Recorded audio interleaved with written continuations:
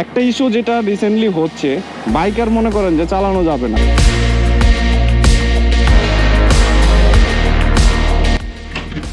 শীতের দিন আসলে একটা ঝামেলা হচ্ছে যে দেখছেন কাপড়ের অনেক বিশাল স্তূপ।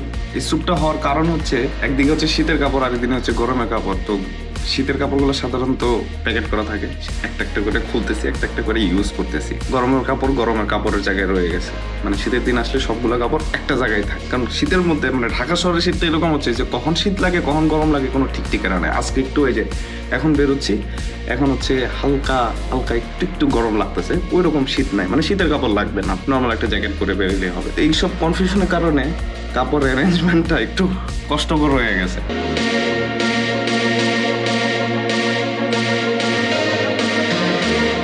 অনেক ব্লগে বলি যে এই জায়গাটা নিয়ে, এই জায়গাটা খালি আছে এখনো, এটা নিয়ে একটা প্ল্যানিং চলতেছে। আর এটা প্ল্যানিংটা হচ্ছে আপনাদের দেখাই, এইটা by the way this design is done by me. পুরো মাপটাপ নিয়ে তারপরে কালকে রাত্রে বসে বসে এই ডিজাইন কমপ্লিট করছি। আমারই কিছু না, সিম্পল একটা জিনিস, চাইলে আপনারাও করতে পারবেন। বাকি সব কাহিনী বাইকে বসে বলতেছি, এখন বের হইতে হবে। আর এই হচ্ছে ঘুমন্ত কেন্তারও সকালবেলা যারা ইদানিং স্টার্ট দিতে গেলে মোটামুটি ভালোই ঝাক্কি ঝামেলা পোহাইতে হয়। যাই হোক আজকে স্টার্ট হয়ে গেল। লাস্ট দুই তিন দিন ধরে মানে ওরে মোটামুটি 2-3 বার প্রেস করার পরে গিয়ে সে স্টার্ট নিচ্ছে। একটা যেটা হইতে পারে শীতের দিন, এটা একটা ইস্যু হইতে পারে, আরও কিছু ইস্যু আছে, ওগুলো বলতেছি আগে বের হই। আর সবচেয়ে বড় স্ট্রাগল দেখেন টেল টেডি করার জন্য, দেখছেন তেমন কিন্তু কোনো পানি নাই, হালকা কাদা টাদাতেই একদম একাকার হয়ে যাইতেছে, যেটা আমি খুব অপছন্দ করি। কিছুই করার নাই, কুছ পানে কে লিয়ে কুছ খোনা ভি পড়তা হ্যায় ব্রোজ। এই যে আজকে বেরোইতেছি ছুটির দিন, দেখেন বিশ্বাস, আপনারা তো হয়তো মনে করেন ব্লগে এমনি বলি, তেলই থাকে না। আমি ছুটির দিন বেরোলে তেল থাকে না। অলরাইট ব্রাদার্স, এখন আছি হচ্ছে সেই যে শেরে বাংলা কৃষি বিশ্ববিদ্যালয়ের ওখানে। আর বাসা থেকে এতক্ষণ আস্তে আস্তে যে বকবকগুলো করছি, এই বকবকগুলো একটাও রেকর্ড হয় নাই, কারণ ক্যামেরা অফ করতে গিয়ে দেখি ক্যামেরা অফ হচ্ছে না। তখন এখানে থাইমা তারপরে হচ্ছে চেক করলাম, দেখি কোনো ফুটেজ নাই। যাই হোক প্যারা নাই, আবার আপনাদের সাথে সেম জিনিস আলাপ করবো। আচ্ছা, আমি বাসা থেকে বেরোয়ার সময় বলতেছিলাম যে আসলে ওই যে টেল টেডির ব্যাপারটা আর কি, টেল টেডিটা আসলে কি বলবো, সত্যি কথা বলতে কি, আপনি যখন কোনো কিছু করতে চান পছন্দের জিনিস, ওইটার জন্য আপনাকে কোনো না কোনো কিছু স্যাক্রিফাইস করতেই হবে। এটা পয়সা হোক, সময় হোক, টাইম হোক, এফোর্ট হোক, বা এনিথিং। অপরচুনিটি কসমেটিক আসলে আমার মতে, আমি আমার জীবনে দেখি না অপরচুনিটি কস্ট ছাড়া কোনো কিছু হইতে এই পৃথিবীতে। সো এটা একটা বিশাল শিক্ষণীয় ব্যাপার, কারোর কাছে শিক্ষণীয় ব্যাপার হইতে পারে, কেউ হয়তো অলরেডি শিখে ফেলছেন। যাই হোক, কথা ওইটা না, কথা হচ্ছে টেল টেডিটা আসলে করছি শখের বসে। এটা আপাতত কিছুদিন আছে, আবার এটা শীতের শেষ হলে আবার চলে যাবে। কিন্তু শুধুমাত্র যে আমার সমস্যা হইতেছে তা কিন্তু না, সমস্যা হইতেছে মানুষেরও সমস্যা হয়। কারণ হচ্ছে যারা আমার পিছনে থাকে, ঢাকা শহরে সাধারণত আমরা একদম টেলগেটিং করে বাইক চালাই, জ্যাম বলেন, রাস্তাঘাটে বলেন, অন্যান্য জায়গায় মোটামুটি এরকম একটা স্ট্রাগল পার্ট থাকে আর কি। তো যারা পেছনে থাকে তাদের প্রবলেম হয়। আর ওই জিনিসটাও আমার মাথায় রাখা তখন চালাইতে হয়, যে পানি দেখলে একটু হালকা ব্রেক করে, একটু আস্তে করে স্লো করে গিয়ে, বা ওইটারে অ্যাভয়েড করা। তারপরে নিশ্চয়ই মানুষের গালিগালাজ খাইছি, ডেফিনেটলি খাইছি, এটা শিওর, কোনো মিস নাই এটাতে। তো ওইসব মানুষদের কাছে দোয়া যাইতেছি, ভাই আমার মাফ করে দেন। চাচার লাগে আমি নিজে কনফিউজড হয়ে গেছি। পুলিশের বাতি দেখলে মনে হয় সবাই এমনি কনফিউজড হয়ে যায়। ওরে আমি কই দিয়া যাবো? আচ্ছা, এই দিক দিয়ে যাবোই না আমি, ও একদম সঙ্গীত কলেজের ওই গলি দিয়ে ঢুকবো। আচ্ছা, কই যাইতেছি তো 60 ফিটেই, বাট নট ইন মোটো। কিছু কাজ আছে, ওইটাও আলাপ আপনাদের সাথে করতেছি। বাহ, মেট্রো রেলে আজকে ভিড় নাই, 11টা বাজে। শিট, আজকে চান্স ছিল আমার মেট্রো রেলে ওঠার, আমি কেন উঠলাম না? অ্যাটলিস্ট 5টা করে রাখতাম। God, I am so stupid. আমি চান্স করতেছিলাম যে মেট্রো রেলে ওঠার জন্য, সময় পাচ্ছিলাম না দেখে উঠতেছিলাম না। মানে সময়টা কি, আমার সময়ের সাথে মেট্রো রেলের সময়ের মিল নাই, এটা হচ্ছে কথা আর কি। যাই হোক, আরেকটা জিনিস বলতেছিলাম, তখন হচ্ছে কেন্দ্র নিয়ে স্ট্রাগল করা লাগতেছে। আসলে স্ট্রাগলের ব্যাপারটা কি,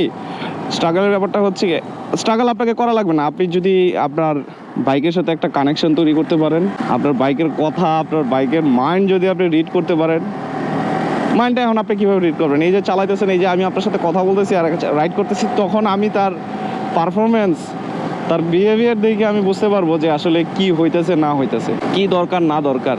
তো এটাই হচ্ছে মাইন্ড রিডের কথা বলতেছিলাম। আর এই জিনিসটা আমার এখন কেন্টারের সাথে খুবই ভালোভাবে মিলে যায়, কারণ হচ্ছে 1-2 দিন না, দীর্ঘ 2 বছর প্লাস, 2 ইয়ার প্লাস ধরে কেন্টারও আমার সাথে আছে। এটা হচ্ছে সবচেয়ে ইম্পর্টেন্ট জিনিস। আর এই 2 ইয়ার প্লাসে আমি কেন্টারোর আগাগোড়া অনেক কিছুই বুঝে গেছি, তার কখন কি দরকার হয় সেটাও বুঝে গেছি, সেম অ্যাজ ইট ইজ এইবারও বুঝছি। তার এখন সবচেয়ে বেশি দরকার যেটা হচ্ছে ইয়ার ফিল্টার আর হচ্ছে চেন সেট চেঞ্জ করা। বাট আনফর্চুনেটলি আমি এখন চেন সেট চেঞ্জ করতে পারবো না। আমি হয়তো সামনের ফ্রন্ট পকেটটা চেঞ্জ করবো। ইউজুয়ালি এটা আমি কখনো করি না, ফর দ্য ফার্স্ট টাইম আমি এটা করতেছি। এবার করে এটার ফিডব্যাকটাও আপনাদেরকে দেবো, চিন্তা করলাম যে আসলে সবসময় কি চেন সেট চেঞ্জ করাটাই বেটার, নাকি ফুল সেট চেঞ্জ করা, মানে শুধু স্পকেটটাই চেঞ্জ করলে হয়ে যাবে। এই দিকে কি না, এই দিকে না, সামনের দিকে, এই দিকের রাস্তাঘাটও ভুলে গেছি। তো এখন এই 60 ফিটে আসছি এইটার জন্যই, মূলত এয়ার ফিল্টার কিনবো আর চেঞ্জ পকেট কিনবো। ফ্রন্ট ব্রেক প্যাডটা চেঞ্জ করা লাগতে পারে, নাও পারে, নট শিওর ইয়েট। চেক করে তারপরে দেখে তারপরে করা লাগবে আর কি। কোন দিকে যাইতেছে ভাই আমি তো বুঝতেছি না। সরকারি গাড়ি, মাইরা টাইরা দিলেও মাফ, তো পুরাই মাফ। মাইরা দিলে ওদের কোনো জরিমানা নাই। আমার টাকায় আমার সেতু, দেশের জন্য পদ্মা সেতু, ঘোড়ার আন্ডা। এই জিনিসটা দেখে মুডটাই নষ্ট হয়ে গেছে। আমিও ভালোভাবে ডিটারমাইন্ড, আমি পদ্মা সেতুতে উঠবো না যতদিন পর্যন্ত বাইক না চালু করে। দোষ আরেকজনের, বন্ধ করে দিয়েছে বাইক। তবে আমাদের বাইকারদের অনেক দোষ আছে, দোষ নেই যে নাই তা না, মানে পদ্মা সেতুতে দোষ নাই, বাট অন্যান্য রাস্তাঘাটে দোষ আছে। যাই হোক ব্রোস, রাজনৈতিক আলাপ করে লাভ নাই। রাজনৈতিক আলাপ করার জন্য আরো আমার থেকে আরো বড় বড় বোদ্ধা, বোদ্ধা মানে বুঝছেন তো, জ্ঞানী মানুষ, লিজেন্ডস বসে আছে। আরে ভাইয়ের তো ইয়ে পড়ে গেছে। ভাইয়া V3-র ইয়ার ফিল্টার লাগবে, আর হচ্ছে আপনার সামনের স্পকেটটা লাগবে R15। হ্যাঁ ভাই, BS6-এর কি ফুয়েল ফিল্টার আছে আপনাদের কাছে? এটা তো V3-র না ভাই, R15-এর না। কোন মডেল? R15 V3। হ্যাঁ, এটা 350 টাকা ইয়ার ফিল্টার, এত কম কেমনে রাখলো আমি তো বুঝতেছি না কিছু। কেমনে সম্ভব? আচ্ছা বাবুর একটা ফোন দিয়ে দেখি। বাবু, আচ্ছা এই V3 ফিল্টারের দাম কত রে? হ্যাঁ, আমি 350 টাকা দিয়ে কিনছি ভাই। ফ্রন্ট পকেট আছে R15 V3-র। R15 V3 আর FZ এর সামনের পকেট কি সেম? কত ভাই এটা? 300 টাকা। আর এমনি ইয়ার ফিল্টার কত করে? হ্যাঁ 400 টাকা। অরিজিনালটা না? মালের দাম যা বাড়ছে, বাইক কি আর চালানো যাবে? আর ভাই ব্রাদার যারা আমার সাথে আছেন তারা জানেন যে আমি স্পেয়ার পার্টসের অরিজিন এবং মানে ডুপ্লিকেট ইস্যুটা নিয়ে কতটা কনসার্ন। আমার বাইকে কোথায় দাগ পড়লো ওইটা আমি কখনো চিন্তা করি না। আমি চিন্তা সবসময় করছি যে আপনার কখন আমার বাইকে ভেতরে কি আছে, মানে কি হচ্ছে, সবকিছু ঠিকঠাক মতো হচ্ছে কিনা, মানে ইঞ্জিনের পার্টগুলো আর কি বলতেছি, আদার যে পার্টসটা আছে। একটা ইস্যু যেটা রিসেন্টলি হচ্ছে, বাইকার মনে করেন যে চালানো যাবে না। কেন চালানো যাবে না? চালানো না যাওয়ার কারণটা যেটা হচ্ছে, একে তো তেলের দাম বাড়ছে, 2 নাম্বার হচ্ছে আপনার স্পেয়ার পার্টস এখন মার্কেটে অ্যাভেলেবেল নাই। আর মার্কেটে যেগুলো অ্যাভেলেবেল আছে সেই স্পেয়ার পার্টসটার প্রাইস থাকে মনে করেন যে আকাশচুম্বী একটা প্রাইস দিয়ে রাখে, মানে যেটা দেখে শুনলেই আপনার মেজাজ খারাপ হয়ে যাবে, এরকম একটা অবস্থা আর কি। কারণ এই কথাটা কেন বললাম আমি, ওই যে যেটা শুনছেন যে আমি ফুয়েল ফিল্টারের কথা বলতেছি, আমার বাইকের 45,000 কিলো প্লাস হয়ে গেছে, আমি এখনো ফুয়েল ফিল্টারটা চেঞ্জ করতে পারি না, কারণ আমার ফুয়েল ফিল্টারের যান প্রায় যায় অবস্থা। এখন যদি ওটা চেঞ্জ না করি আমি, তাহলে তো আরেকটা ঝামেলা, কারণ হচ্ছে ফুয়েল পাম্প হবে না প্রপারলি, এটা একটা ইস্যু হতে পারে। ময়লা ফুয়েল ইনজেক্টরে যাবে, ইঞ্জিনে যাবে, সেটা একটা ইস্যু হতে পারে। যদিও এখন পর্যন্ত ইস্যু হয় নাই, মাঝে মধ্যে ফুয়েল পাম্পের ইস্যুটা আমি ফেস করি যে না ফুয়েলটা পাম্প প্রপারলি করতেছে না। এই জায়গায় একটা স্প্রিং থাকে ক্লাচের এই কেবলটার উপরে, এই স্প্রিংটা মাশাল্লাহ আমার ভেঙে গেছে। স্প্রিংটা বেসিক্যালি থাকে হচ্ছে এই যে এটা এই দিক দিয়ে লাগানো থাকে, আর এই নিচের এই সাইডটা লাগানো থাকে হচ্ছে এই জায়গাটাতে। এখন আলটিমেটলি যেটা হবে, আমার ক্লাচ এখন 2 দিন পরে পরে ক্লাচটা লুজ হয়ে যাবে।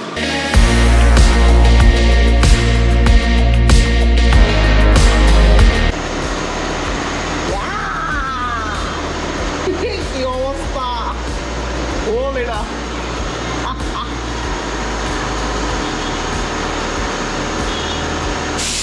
এলো এয়ার ফিল্টারের অবস্থা, এই এয়ার ফিল্টার দিয়ে চালাইতেছি, স্টার্ট বন্ধ, মানে ভিতরে কি কিছু ফুয়েলও দেখ একটু বাইরে আই।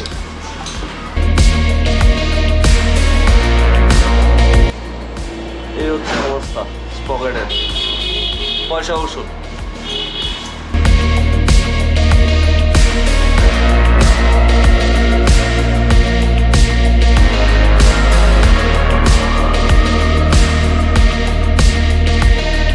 বাবু গেলাম, আল্লাহ হাফেজ।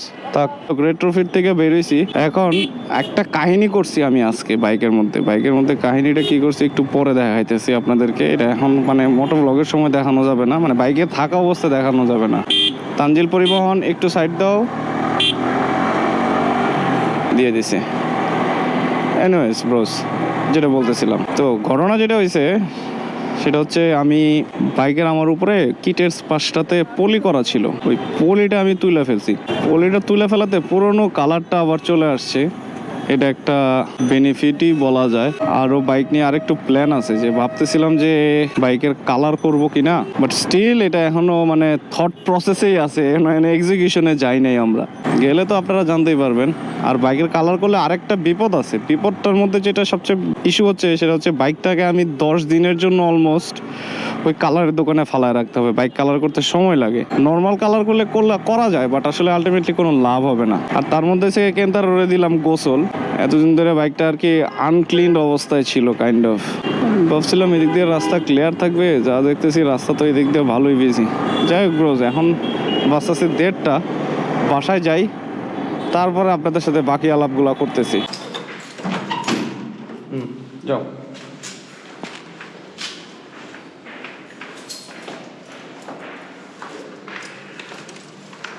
Mini captain, subscribe to zayedbillalkhan blogs.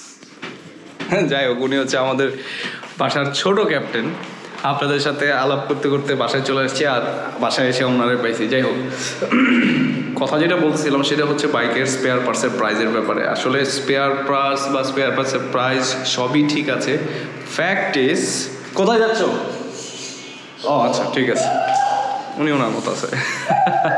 বাইকের তো মেনটেন করাই লাগবে। এখন এমন একটা অবস্থা হইতেছে, আস্তে আস্তে আই এম ফিলিং লাইক যে বাইক চালানো একবারে ছেড়েই দিই, কারণ দিনকাল যা পড়তেছে খুব বেশি একটা ভালো না। যাই হোক ব্রোস, আজকের ব্লগটা এতটুকুই ছিল। কাইন্ড অফ এটা ধরে নিতে পারেন যে নেক্সট ট্যুরের প্রিপারেশন।